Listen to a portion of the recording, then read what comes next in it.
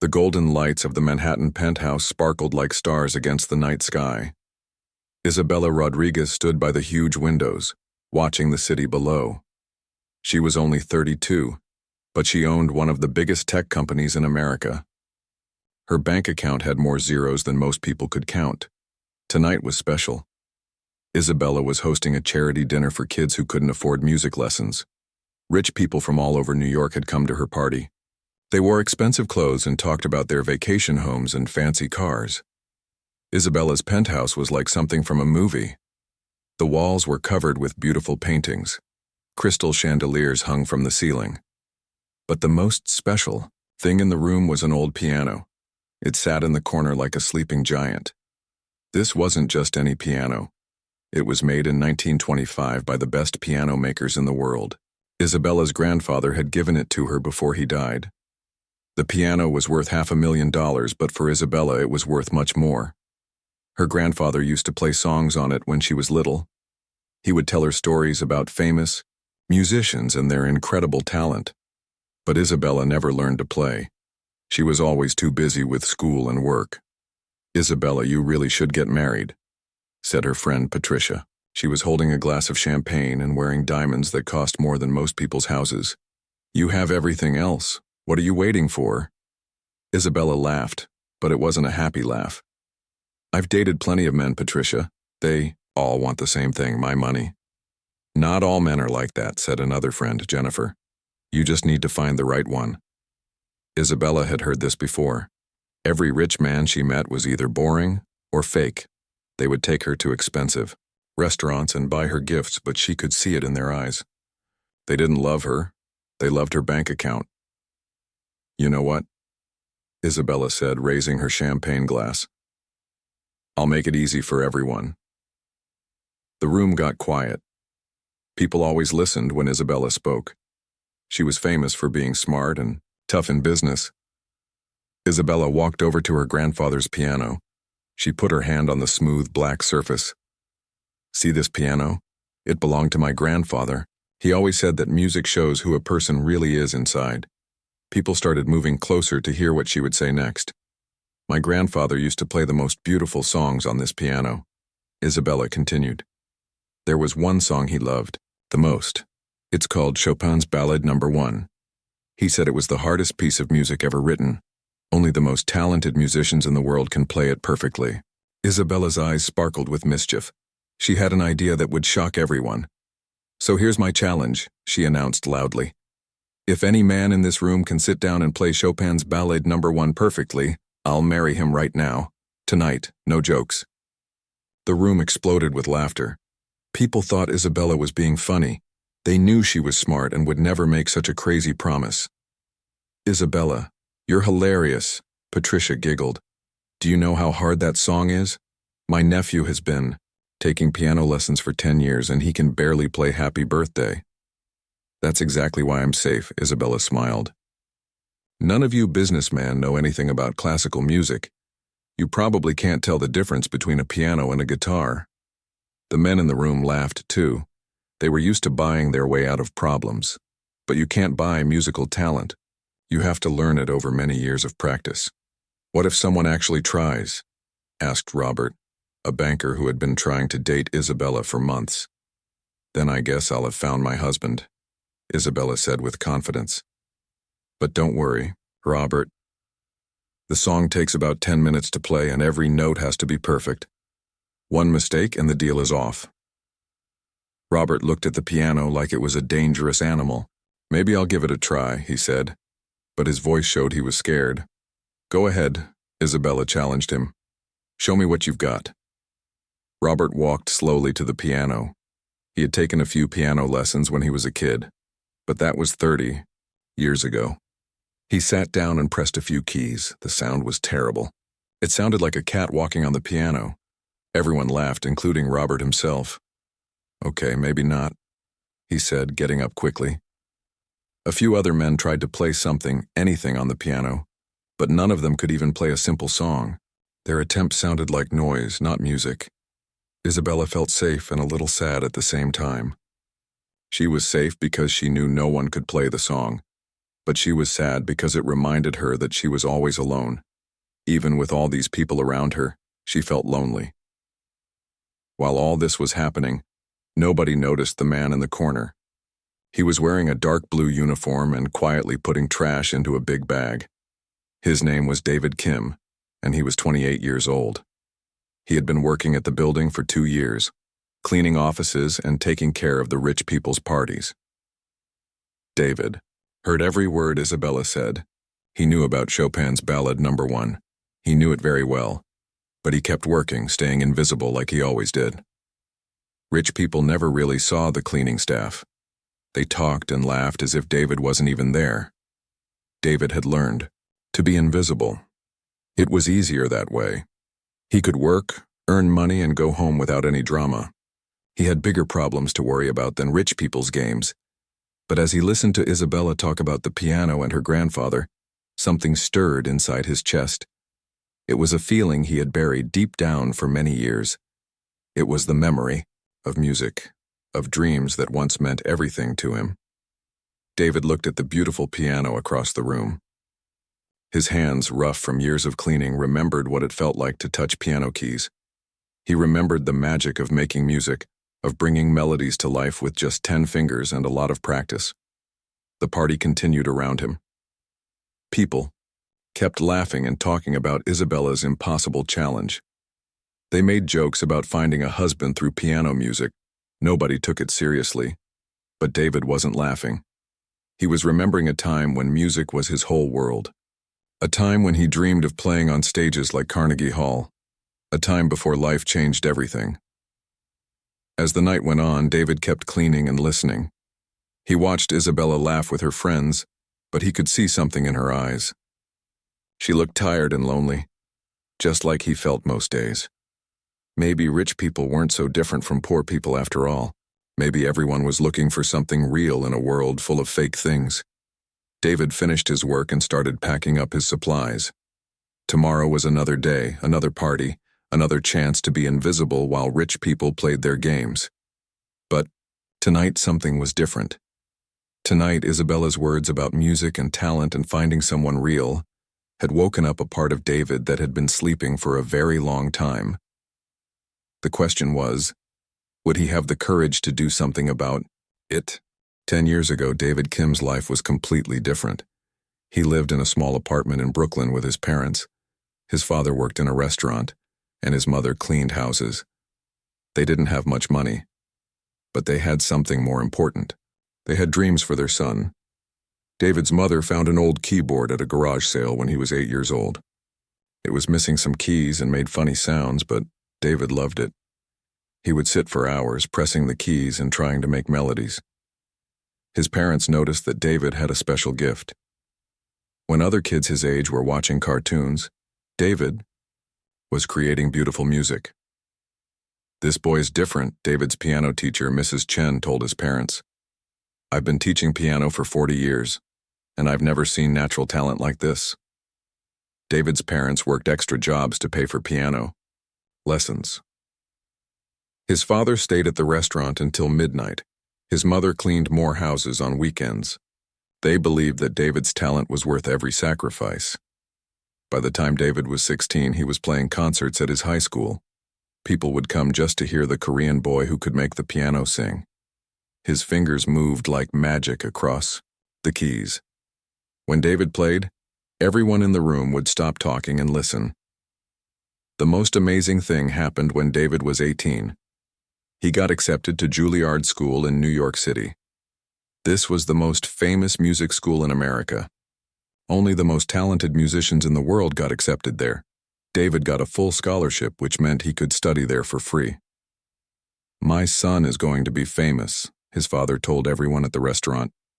"He's going to play at Carnegie Hall someday."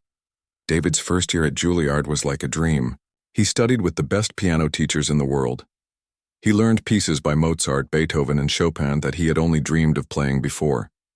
His professors said he was once-in-a-lifetime talent. David spent 12 hours a day practicing. His dorm room had a piano and he would play until his fingers hurt, but he loved every minute of it. Music wasn't just what David did, it was who he was. In his second year, something incredible happened. The New York Philharmonic Orchestra chose David to perform with them. This was huge. Most students never got this chance, even after they graduated. David was going to play Chopin's Piano Concerto No. 1 with one of the best orchestras in the world. The concert was scheduled for May 15th. David practiced every day for months. His parents bought their first fancy clothes to watch their son perform at Lincoln Center. David's father took time off work for the first time in 10 years, but life has a way of changing everything in one moment. On March 3rd, David got a phone call that destroyed his world. His father had collapsed at work. The doctors said he had a massive stroke.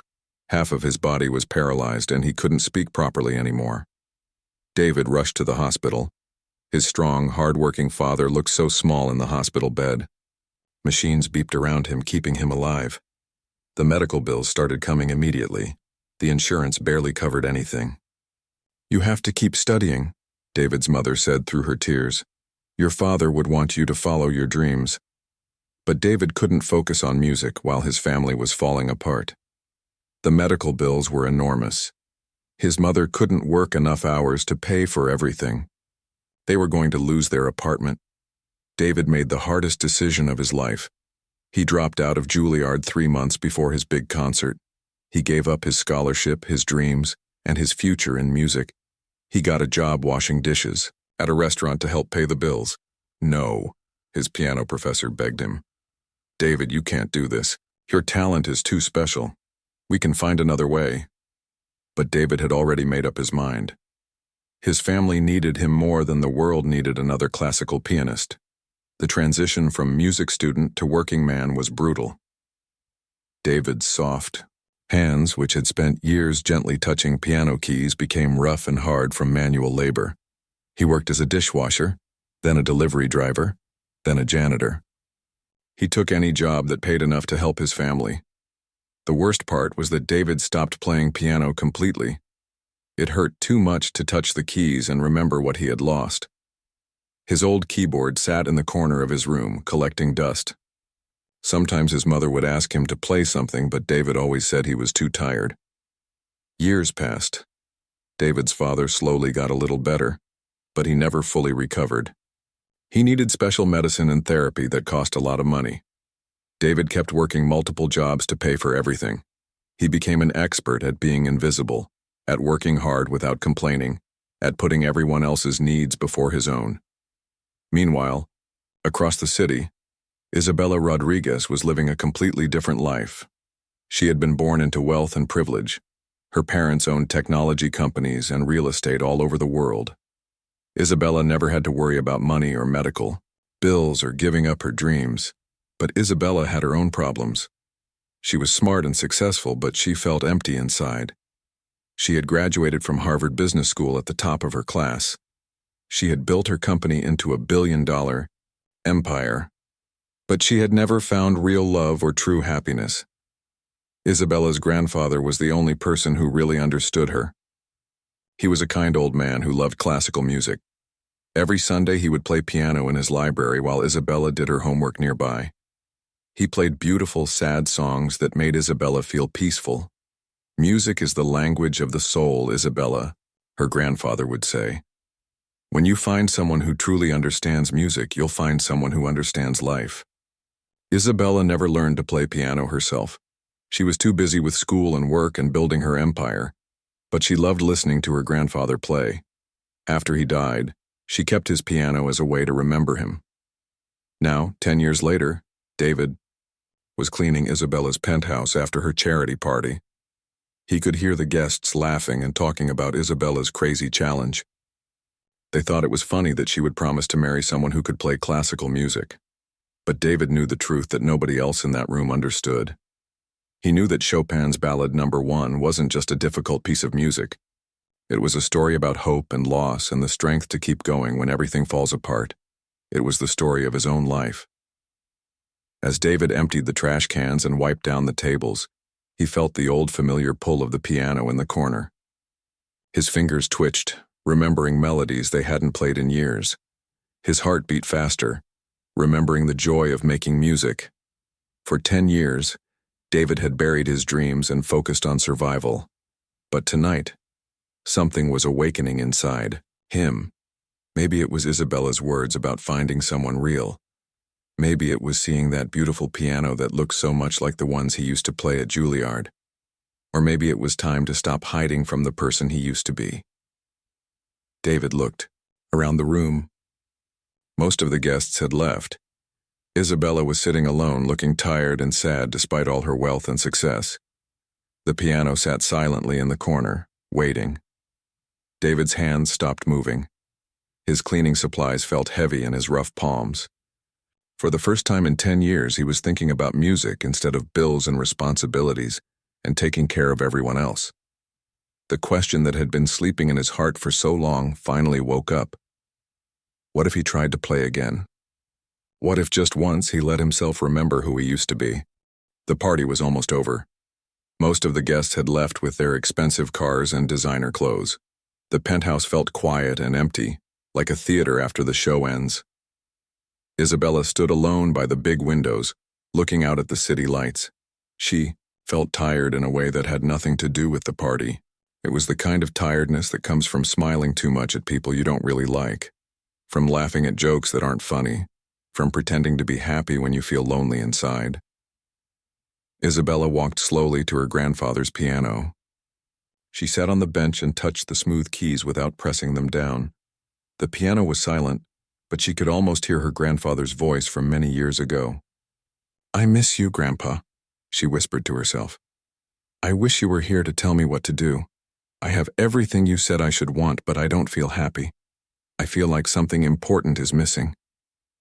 Isabella put her fingers on the keys and pressed down gently. The sound was beautiful but sad, like she felt inside. She could play a few simple songs that her grandfather had taught her when she was little, but nothing complicated or impressive. "I wish I had learned to play your favorite song," she said softly. "Maybe then I would understand what you meant, about music showing who people really are." David was in the kitchen finishing his cleaning work. He had packed up most of his supplies, but he was moving slowly tonight. Usually he finished quickly and left right away. But something was keeping him here longer than usual. He could hear Isabella talking quietly to herself in the main room. Her voice sounded different from when she was talking to her rich friends. It sounded real and sad and lonely. David understood that feeling very well. David knew he should leave. His work was done, and Isabella probably wanted to be alone. But his feet wouldn't move toward the door. Instead, they carried him quietly back to the main room. Isabella was still sitting at the piano, touching the keys like she was trying to have a conversation with them. She looked so small and sad sitting there, even though she was one of the most powerful people in New York. David stood in the doorway for a long moment, watching her. He thought about all the times he had been invisible, in rooms like this one. Rich people talked around him like he wasn't there. They never asked his opinion or cared about his thoughts. He was just part of the furniture, there to clean up their messes and disappear. But tonight felt different. Tonight, Isabella's words about music and finding someone real had touched something deep inside David's heart. Tonight, the piano in the corner was calling to him like an old friend he hadn't seen in years. David took a deep breath and stepped into the room. "Excuse me, Miss Rodriguez." Isabella jumped a little. She had forgotten that David was still there. When she turned around, her eyes were slightly red from unshed tears, but she quickly put on her business face. "Oh, hello," she said, trying to sound normal. "Are you finished cleaning? You can go home now." "Actually," David said quietly, "I wanted to ask you something about your challenge earlier tonight." Isabella looked confused. "My challenge? You mean the piano thing? That was just a joke. Nobody can actually play that song." "What if someone could?" David asked. Isabella laughed, but it wasn't a mean laugh. It was the laugh of someone who had given up on being surprised by life. "Trust me, if someone in this city could play Chopin's Ballade No. 1 perfectly, I would know about it. That kind of talent doesn't hide." David felt his heart beating faster. This was the moment. He could walk away right now and go back to his safe, invisible life. Or he could take the biggest risk he had taken in 10 years. "Actually," David said, "sometimes talent does hide. Sometimes life forces people to put their dreams away and focus on other things. Isabella studied David's face more carefully.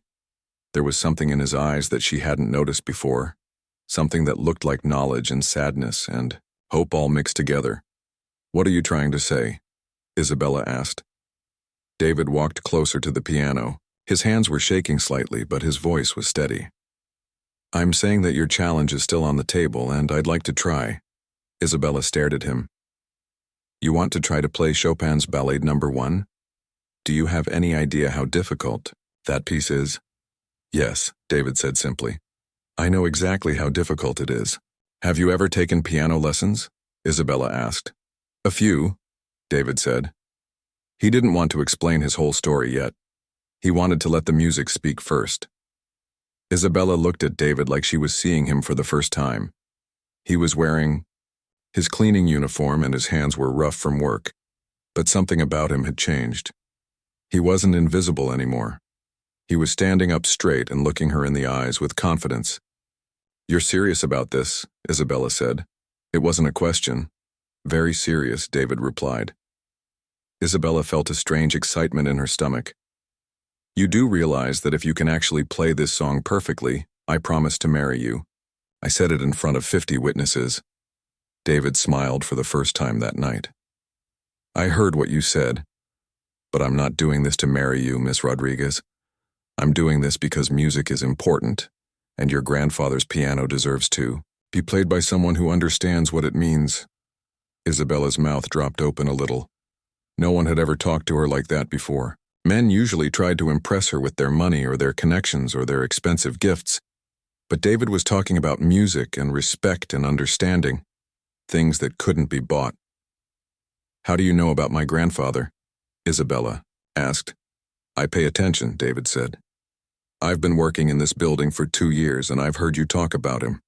I know this piano was special to him and I know it's special to you." Isabella felt something she hadn't felt in a long time. She felt curious about another person. Really curious, not just politely interested. "What's your name?" she asked. "David. Kim." "Well, David Kim," Isabella said, standing up from the piano bench. "This is either going to be the most embarrassing moment of your life or the most amazing. Are you sure you want to do this?" David looked at the piano keys. They looked like old friends welcoming him home after a long journey. His rough hands remembered the feeling of touching those smooth, white and black rectangles. His heart remembered the joy of turning musical notes on paper into beautiful sounds in the air. "I've never been more sure of anything," David said. Isabella stepped back and gestured toward the piano bench. "Then show me what you've got." David sat down slowly on the bench. He adjusted his position and placed his hands above the keys without touching them yet. He closed his eyes and took 3 deep breaths. Isabella watched him carefully.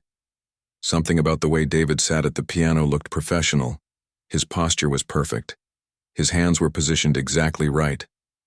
This wasn't how a beginner would sit down to play. "David," Isabella said quietly. "Who are you really?" David opened his eyes and looked at her. "I'm someone who used to dream about playing music at Carnegie Hall. Someone who gave up everything to take care of his family.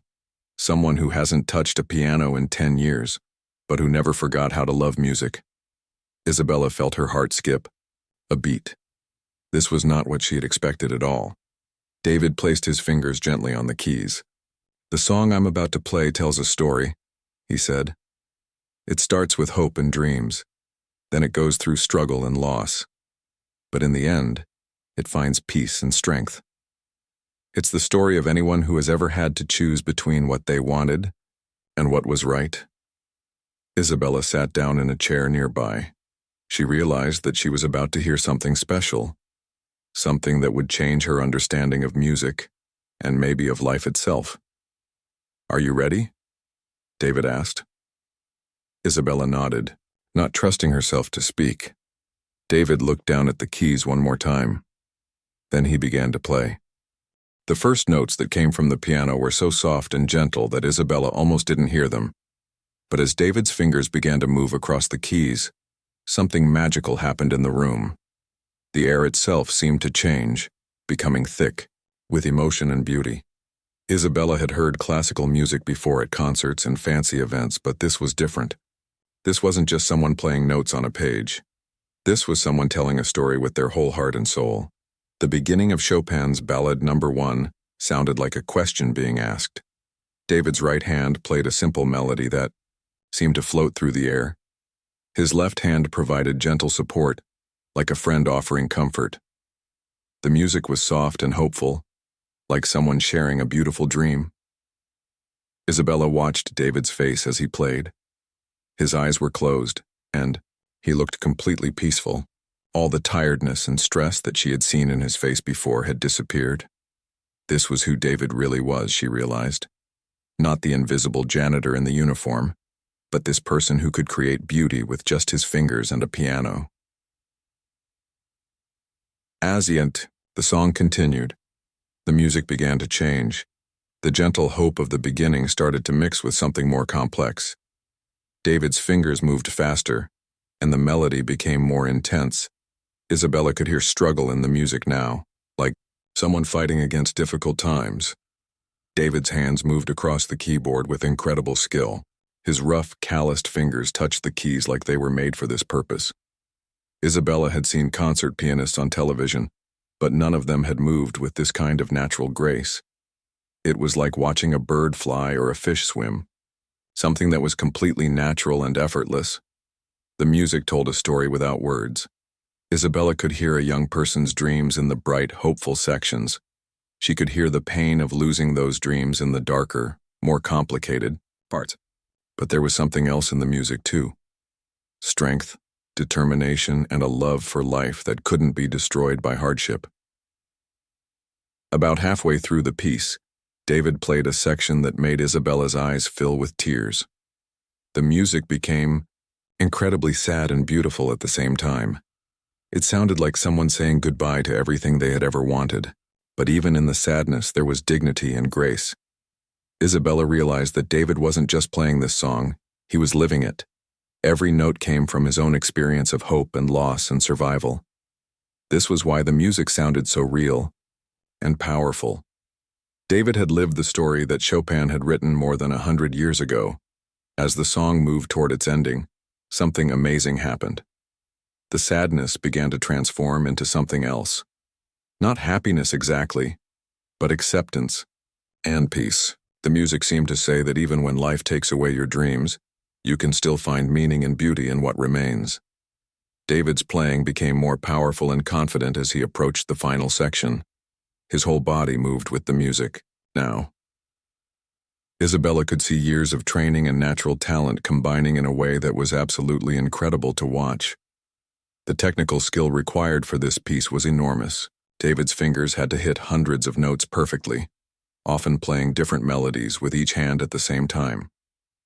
The timing had to be exact, the emotion had to be genuine, and every single note had to be clear and beautiful. But David wasn't just meeting the technical requirements, he was exceeding them.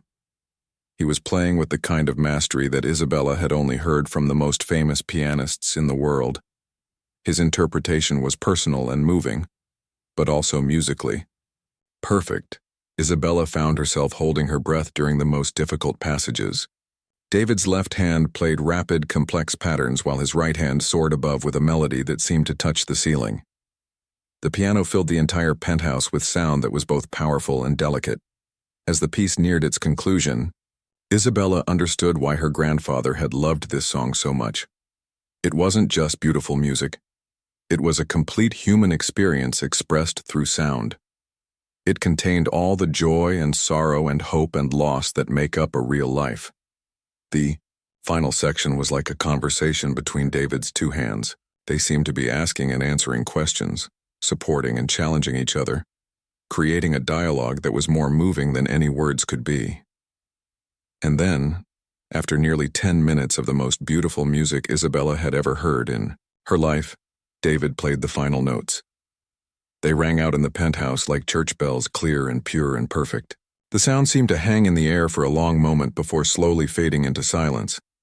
David kept his hands on the keys for several seconds after the music stopped, as if he was reluctant to break the connection. When he finally lifted his fingers and opened his eyes, Isabella could see tears on his cheeks. The silence in the room was complete. Isabella couldn't move or speak, or even think clearly. She had just witnessed something that she knew was extraordinary, but she was still trying to understand what had happened. David turned on the piano bench to look at her. "That was Chopin's Ballad No. 1 in G minor," he said quietly. "I hope I did it justice." Isabella stared at him with her mouth open. "David? Who are you? Who are you really?"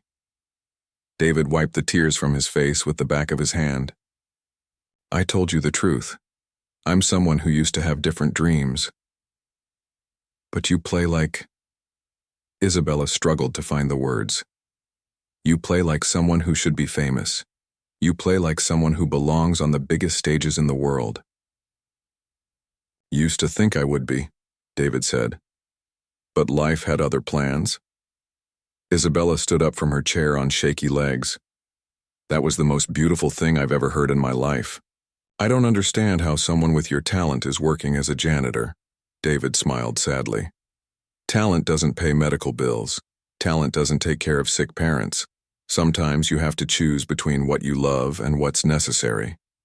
Isabella felt like her whole understanding of the world was changing. She had always thought that talent and hard work automatically led to success. She had never considered that someone could be incredibly gifted, but still end up invisible and unrecognized. "Your challenge," David said, standing up from the piano bench. "I believe I played the piece correctly, but I want you to know that I'm not asking you to keep your promise about marriage. I didn't play this song to win anything from you. I played it because it needed to be played and because I needed to remember who I used to be." Isabella looked at David with new eyes. This man had just given her something more valuable than all the money in her bank account. He had shown her what real talent looked like, what real sacrifice meant, and what real dignity sounded like. "David," she said, "I need to ask you something important. Would you please tell me your story? All of it. I want to understand how someone like you ended up cleaning my building instead of playing at Carnegie Hall." David looked surprised. "You really want to know?" "I've never wanted to know anything more in my life," Isabella said honestly. And for the first time in 10 years, David began to tell someone the whole truth about his dreams, his family, and the choice that changed everything. David told Isabella everything that night. They sat in her living room until 3 a.m, and he shared his whole story. He told her about growing up poor but happy, about his parents' sacrifices, about Juilliard and the dreams that seemed so close he could touch them. Isabella listened without interrupting. She had never heard a story like David's before. In her world, talent usually led to success and money. But David's story showed her that life was much more complicated than she had understood. When David finished talking, Isabella was quiet for a long time. She was thinking about all the opportunities she had been given simply because she was born into a wealthy family. She was thinking about all the talented people in the world who never got the chances they deserved. "David," she finally said, "what you did for your family was incredibly brave and loving. But it was also a tragedy. The world lost something important when you stopped playing music." David shrugged. "I made the right choice. My father is alive because I was able to help pay for his medical care. My family has a home. That's worth more than any concert career."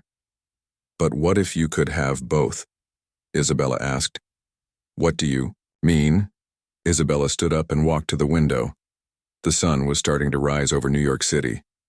"I mean, what if there was a way for you to take care of your family and also return to music? Would you want that?" David looked confused. "Isabella, that's not how real life works. I can't just go back to school or start a music career at 28 years old. I have responsibilities. I have bills to pay." "What if someone helped you with those responsibilities?" Isabella asked quietly. David's face became serious. "Isabella, if you're offering me charity, I can't accept it. I've worked hard to maintain my dignity through everything that's happened. I won't take handouts." "This isn't charity," Isabella said firmly. "This is business." She turned around to face him. I want to make you an offer, and I want you to consider it carefully before you answer." Isabella sat back down across from David. "I've been thinking about starting a music foundation for talented young people who can't afford proper training. After tonight, after hearing you play, I know that this foundation needs to exist." David listened carefully. "I want to offer you a job," Isabella continued. "I want you to be the artistic director of the Isabella Rodriguez Music Foundation. Your job would be to find talented kids from poor families and help them get the training they need. You would also perform at our fundraising concerts and help teach master classes." David's eyes widened. "Isabella, I don't understand. You barely know me." "I know enough," she said. "I know that you have incredible talent. I know that you understand what it means to struggle for your dreams. I know that you have the character to put other people's needs before your own. Those are exactly the qualities I need for this job. But what about my father's medical expenses? What about my family's bills?" Isabella smiled. "The position would pay enough to cover all of that, plus your father would have full medical insurance through the foundation. You could move your family to a better apartment, hire professional caregivers for your father, and focus on music again." David stared at her in disbelief. "Why would you do this for me?" "Because tonight you reminded me what's really important in life," Isabella said. "I've been surrounded by fake people and meaningless relationships for so long that I forgot what authenticity looks like. You showed me that real talent and real character still exist in this world." David was quiet for several minutes, thinking about everything Isabella had said. It sounded almost too good to be true. "There's one condition," Isabella added. "What's that?" "You have to promise me that you'll perform at least once a month. The world needs to hear you play. Your talent is too special to keep hidden." Over the next few weeks, Isabella kept her word. She set up the music foundation and hired David as its artistic director. She arranged for his father to receive the best medical care available. She helped his family move to a beautiful apartment in a safe neighborhood. But most importantly, she gave David something he thought he had lost forever: the chance to make music again. David's first performance was at a small concert hall in Manhattan. Isabella invited music critics and talent scouts, but she also made sure that half the tickets went to regular people who couldn't normally afford classical music concerts. When David walked onto the stage that night, he felt like he was finally coming home. He sat down at the grand piano and looked out at the audience. In the front row, he could see his parents. His father was in a wheelchair, but his eyes were bright with pride and joy. David played Chopin's Ballade No. 1, the same piece that had changed his life in Isabella's penthouse. But this time, it sounded different. The sadness was still there, and the struggle was still part of the story. But now there was something new in the music: hope for the future and gratitude for second chances. The audience was completely silent while David played. When he finished, they gave him a standing ovation that lasted for 5 minutes. Several people in the audience were crying, including Isabella. After the concert, music critics wrote that they had witnessed the debut of a major new talent. Record companies started calling. Concert halls began asking David to perform. The music world, which had lost track of him 10 years ago, suddenly remembered his name. But the most important thing that happened wasn't related to David's career. It was the relationship that slowly developed between him and Isabella. At first, they were just employer and employee. But as they worked together on the music foundation, they became friends. Isabella learned that David was not only talented but also kind, hardworking, and genuinely caring about other people. David learned that Isabella, despite her wealth, was lonely and searching for real meaning in her life. They started spending more time together outside of work. Isabella would come to David's performances, and David would help Isabella learn to play piano. Isabella had never had a teacher as patient and encouraging as David. 6 months after that night in the penthouse, Isabella and David were having dinner at a small restaurant in Brooklyn, the neighborhood where David grew up. It wasn't fancy or expensive, but the food was delicious and the atmosphere was warm and friendly. "I have something to tell you," Isabella said over dessert. David looked up from his chocolate cake. "What's that?" I've been thinking about that night when I made my challenge about the piano, Isabella said. I told everyone that if a man could play Chopin perfectly, I would marry him. David laughed. I remember.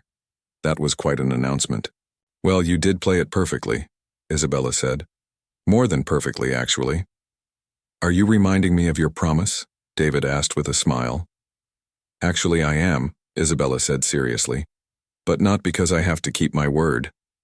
I'm reminding you because I want to. David put down his fork and looked at Isabella carefully. What are you saying? I'm saying that I've fallen in love with you, David Kim. Not because of your talent, although that's amazing. Not because of your story, although that's inspiring.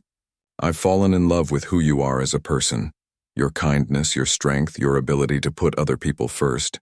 Your way of finding beauty even in difficult circumstances. David reached across the table and took Isabella's hand. Isabella, I love you too. I think I started falling in love with you the moment you listened to my whole story without judging me or trying to fix me. So, Isabella said with a mischievous smile, would you consider marrying this billionairess? Not because of some silly challenge, but because we both choose to. David brought Isabella's hand to his lips and kissed it gently. I would be honored to marry you, Isabella Rodriguez, but only if you promise to let me teach you to play piano properly. Deal, Isabella laughed. 1 year later, David and Isabella were married in a small ceremony at the Music Foundation. David's parents were there along with Isabella's family and friends, but the most special guests were the 30 young musicians who had received scholarships from the foundation, talented kids from poor families who now had the chance to follow their dreams. During the reception, David and Isabella performed together for their guests. David played piano while Isabella sang a simple song that he had written for her.